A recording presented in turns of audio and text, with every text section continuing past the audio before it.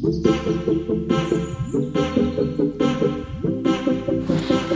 Friend, বানিয়েছি stuffed Lockie fry বা লাউ ফ্রাই। তো লাউ আমি এভাবে কেটে নিয়েছি গোল করে।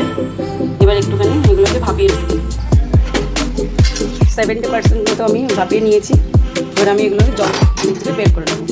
স্টাফডের জন্য আমি মশলা তৈরি করে নেবো। এর জন্য নিয়েছি পেঁয়াজ কেটে নিয়েছি, একটু বেসন, রসুন কুচি আর কাঁচা লঙ্কা কুচি। প্রথমে 1 চামচ মতো বেসন ভেজে নেব।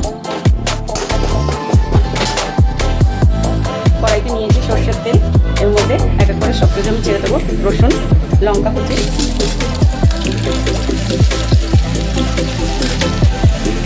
দিয়ে দেবো কেটে রাখা পেঁয়াজ,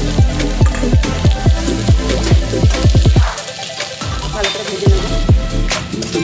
পেঁয়াজ ভেজে নিয়েছি, এবার এর মধ্যে দেবো হলুদ, ধনে পাউডার, লবণ আর দেবো লাল মির্চ।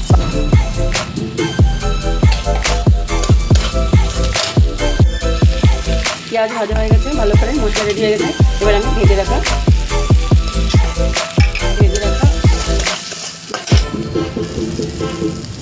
বেসনের মধ্যে দিয়ে দেবো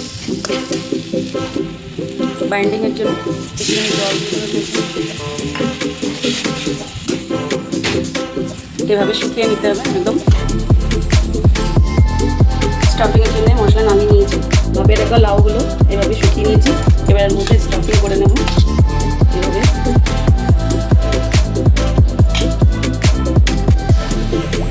এভাবে করে নেব, সবগুলো এভাবে করে নিয়েছি। সবগুলো এভাবে স্টাফিং করে নিয়েছি। কোটিংয়ের জন্য আমি নেব একটা প্লেটের মধ্যে কর্নফ্লাওয়ার 3 থেকে 4 চামচ মতো অ্যাড করবো। একটু ধনে পাউডার, লঙ্কা পাউডার আর একটু গোলমরিচ পাউডার। এবার এগুলো মিক্স করে নেব। একটু লবণ, এবার এগুলো একসঙ্গে মিক্স করে নেব। বসিয়ে দিয়েছি, এবার আমি কোটিং করে নেব। ওর মধ্যে জল দিয়ে ব্যাটার তৈরি করে নিয়েছি। বেশি গাঢ় করবো না, হালকাই করবো, নাহলে লাউগুলো ভাজা হবে না।